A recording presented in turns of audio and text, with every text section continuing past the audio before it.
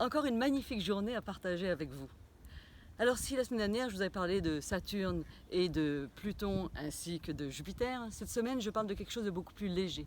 Je vais vous parler de Mercure. Pourquoi? Parce qu'enfin Mercure est redevenu direct. Fini cette rétrogradation qui nous empêchait de comprendre correctement, fini cette rétrogradation qui nous empêchait d'avancer, qui nous semblait nous faire paraître confus et ne pas avoir la facilité à recevoir les messages que nous voulions. C'est le moment d'écouter votre petit doigt, le doigt de Mercure.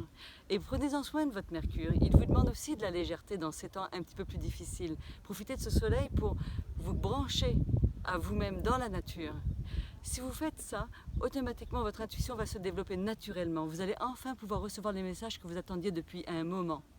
Puisqu'on parle toujours d'astrologie en chirologie védique, je vais vous parler un peu plus de votre petit doigt aujourd'hui. Votre petit doigt, en chirologie, représente trois signes.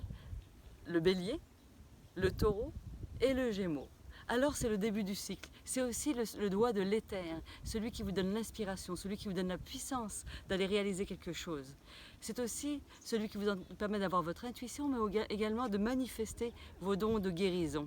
Si vous avez ce qu'on appelle les stigmates de guérisseur, trois petites lignes juste en dessous le doigt, ça veut dire que vous êtes capable de vous donner corps et âme aux autres. C'est pas uniquement de mettre vos mains en imposition pour guérir les autres, mais c'est de faire les choses avec tellement de bonté et de générosité que vous développez ces stigmates.